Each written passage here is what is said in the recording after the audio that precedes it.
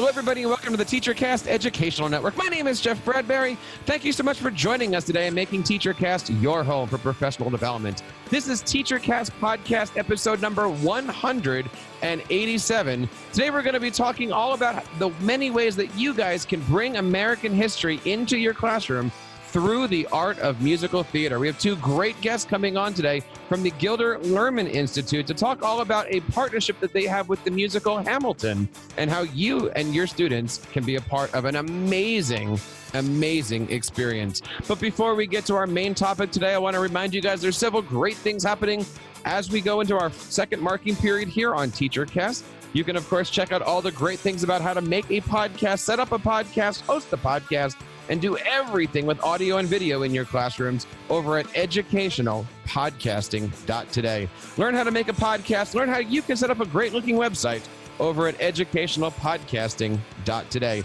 And of course, if you're a technology integration specialist, we have our AskTheTechCoach.com brand, where we have our Monday podcast helping you be the best tech coach that you can be. Check that out over on AskTheTechCoach.com. There's a lot of great stuff happening over on TeacherCast. Want to bring on our show today, Miss Sasha Roland Pereira. Sasha, how are you today? Welcome to the show.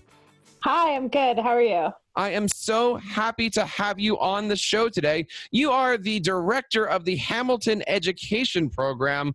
I am so looking forward to learning a little bit more about this. But before we get into all the nitty-gritty stuff, tell us a little bit about yourself and tell us a little bit about the Gilder Lehrman Institute.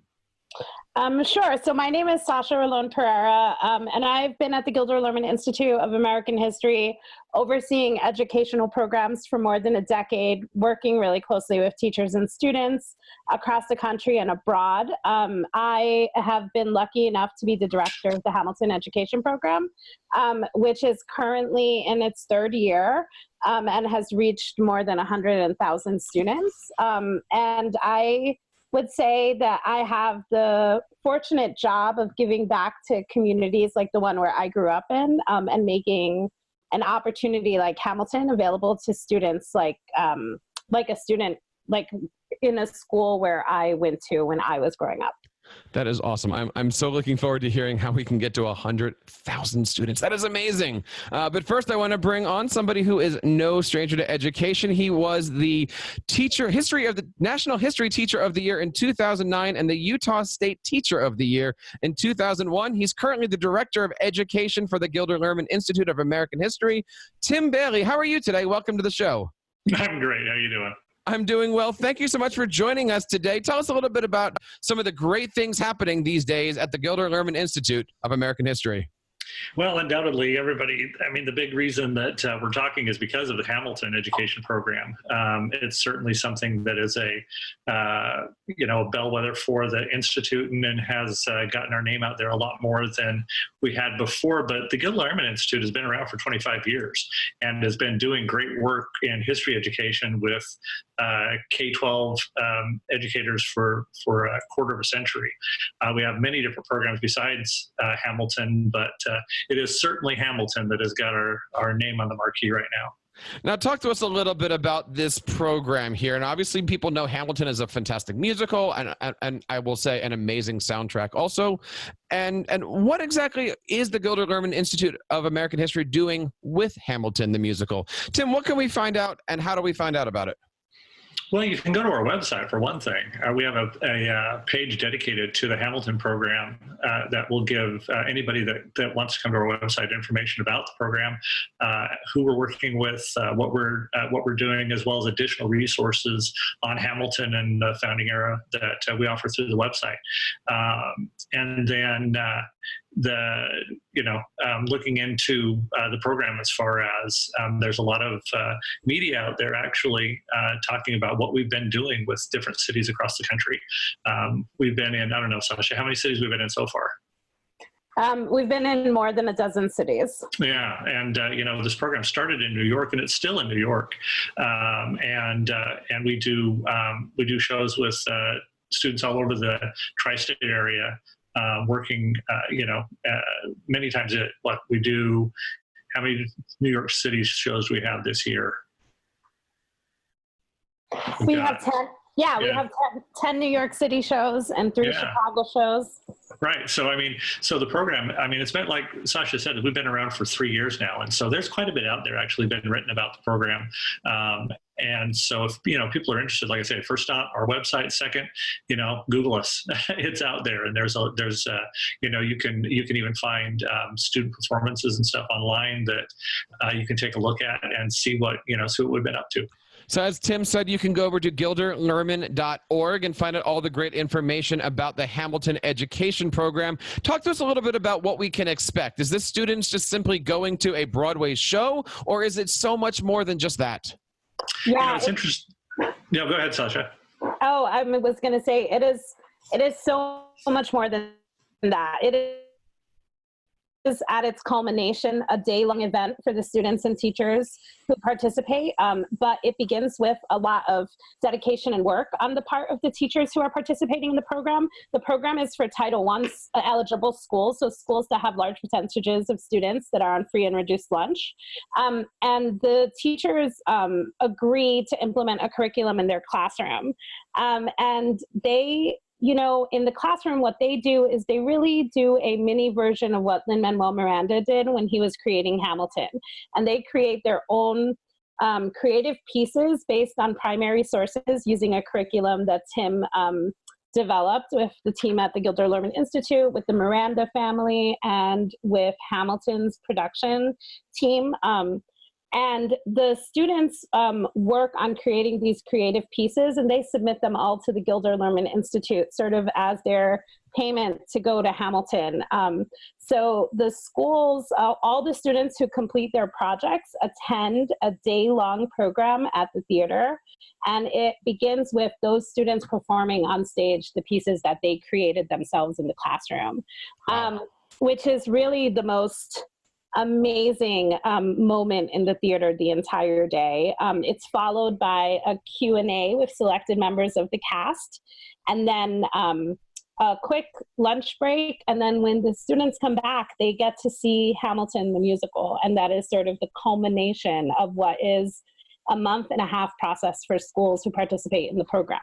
That is a amazing experience, an amazing day. Who do you usually work with in the school districts? Is it the social studies department? Is it the drama department? Who gets involved with this? It is. It is usually the curriculum Tim developed is an interdisciplinary curriculum, but it is usually led by the social studies department, and then other departments are usually supplementing the work in the classroom. Nice. Now, with everything going on with Hamilton, you said it was 3 years in the making that you guys have been doing this. What has been your successes, Tim? What's the thing that drives this program to be as successful as it is? Well, I think it starts with the students. I mean, oftentimes in education, we unintentionally or intentionally put caps on students' creativity. And what this program does is it pulls the lid off that. And so by giving students a template through the program and guidelines, but yet letting the students have their chance to let their creative juices flow. Like Sasha said, what we're doing is we're recreating the process that Lin-Manuel Miranda went through. I mean, he came up with this miraculous production, but he did it inside the boundaries of telling the story of Alexander Hamilton and this slice of the founding era. So his use of primary source documents is the grounding of our program as well. And when the students put together their pieces, they're building it on a template that uses primary sources. One of the tasks the students have to complete during this process, as Sasha alluded to, it's a rigorous academic process these students go through. And part of that process is analyzing primary sources from the founding era. One is a document by Samuel Seabury, an argument on why colonists should be loyal to the king. And then another piece that Alexander Hamilton wrote, which is a refutation of that argument that Seabury makes. And those two documents are what Lin-Manuel Miranda used to create the song Farmer Refuted. What we have the students do is analyze those documents for their actual historical content and the arguments that those two authors are making, and compare that to the lyrics that Lin-Manuel Miranda wrote, and have them create the case. Although Lin-Manuel Miranda does not use all the same words in those documents, is the argument that he puts forward in that song the same as those primary source documents that the students have analyzed? And so we create that tension for the students between artistic license and historical accuracy, and then we have them struggle with that with their own pieces. You're going to take a piece, let's say that you're looking at something Abigail Adams wrote, and how do you take that and put that into a rap? To make it entertaining and lyrical, but yet still maintain the integrity of what she was trying to put across. So I think that all of those things make this program particularly compelling for students. So, Tim, I love the fact that this is all built off of these authentic learning experiences for the students that combine real-world activities, but also connects it to the events of the past. When we're looking at applying for this program, are you focusing just on high school students, or what age can we apply for with our students? High school only. When we originally started the program and we were working with the Hamilton Show as well as the Rockefeller Foundation, we were building out what will this program be and who should it be for. The feeling was that this is most appropriate for high school age students, as well as, like Sasha said, giving that opportunity to Title I students who may never have had this kind of opportunity in the past. Nice. And as far as the lasting impressions of the program here, where do you see this going? I mean, Hamilton is obviously spreading and is huge. Where do you want to see the Hamilton program in the future? For the foreseeable future, we don't see it going anywhere but up. Just current plans are that over the next 2 years, counting the ones that we've already put in, we'll reach about 250,000 students in this country. That's pretty remarkable. And so, and after that, who knows? But there currently are no plans to have Hamilton, the show, and the Hamilton education program with Gilder Lehrman part ways. I love the fact that this is nationwide. It's not just Broadway. If you look at all the cities here, you got Boston, Charlotte, Chicago, Dallas, Detroit, Washington, D.C., Fort Lauderdale, Hartford, Minneapolis, New Orleans, New York, Pittsburgh, San Francisco, and Tampa. You really have covered the country with this. How far away are you working with school districts? I mean, do you have school districts that drive 2 hours to get into this program, or do you find that most of the people that are participating are local to these cities? We have done shows in San Francisco where we have had schools from the Bay Area, more rural areas, drive 4 to 5 hours to attend the show. And that's not uncommon. In Salt Lake City and in Tempe, we had really statewide programs, and we had schools coming from all over the state to participate in the program. Some of the schools are spending the night at hotels and fundraising for those costs, and others are just leaving school at 3 or 4 in the morning to make the whole program. That's amazing. And I and all of that is an amazing experience for these kids. I want to focus a little bit on the curriculum. You've talked a little bit about how it works. What kind of materials and stuff does the program offer teachers? Is this book-based? Is this digital-based? Is this a combination of things? When you guys partner up and you exchange the curriculum, what does that look like for the teacher? Is there any professional development so the teacher understands the full program?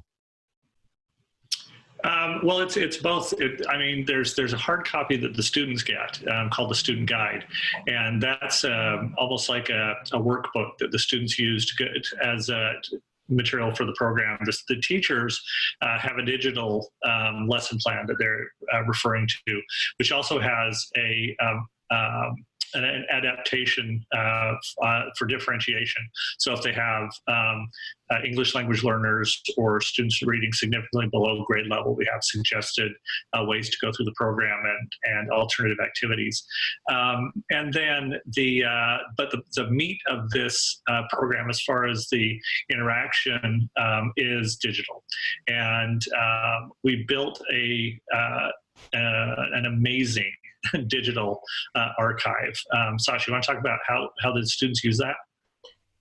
Sure. So we developed a website, for a password-protected website that teachers and students can access online, and it contains more than 200 primary source documents covering people, events, and key seminal documents of the founding era, to be a jump-off point for the students to do research. So when we were developing the program, we were very conscious that some schools might have restrictions on how much time they could spend teaching the curriculum, or even just restrictions on how much time the teacher had to look for outside resources. So we wanted to create a website where teachers could go to it and do the entire curriculum from the beginning to the end without having to leave it. And so we spent a lot of time making sure the documents were friendly for the students and were accessible for different reading levels. And also we wanted to include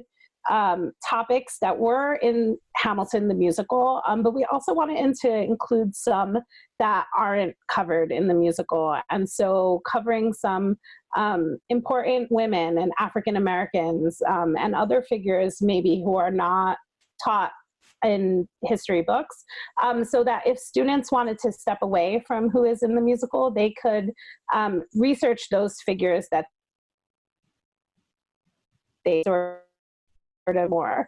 And so using that website, students can do their creative pieces, but we've also seen a lot of students use our website as a jumping off point and then going to do additional research beyond what we've provided on those figures or events that they're focusing on. So, Sasha, as the director of education here, you've worked with all of these great teachers, all of these great students. Is there any stories that pop out from your time working with the kids, or some kind of wonderful teachable moment that you saw some students' worlds just light up by being on or around the stage? There are so many. I really have to tell you, every student matinee, I am shocked that there are still so many amazing creative performances being done by students, and how inspiring the work they're doing is. But I will say that it's great to see that students are so in tune with what's happening right now today in current events, because we see what's happening in society today, in politics and in culture, on stage, reflected in the students' performances.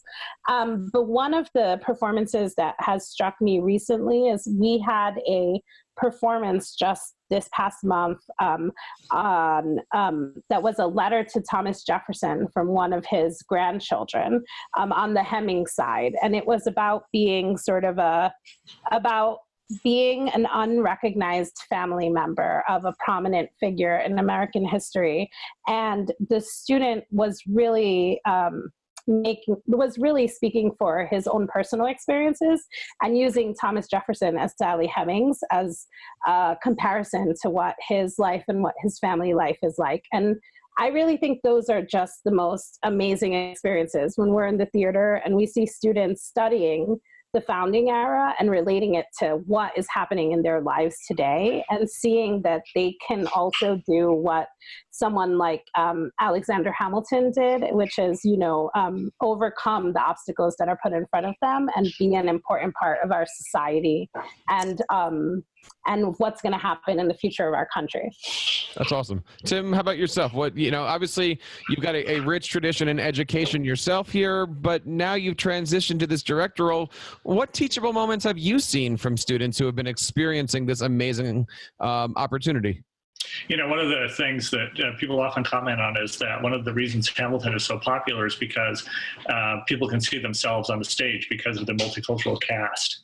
One of the things that Sasha alluded to, and it's absolutely true, is that students not only see themselves in the cast, students start seeing themselves in these figures in history.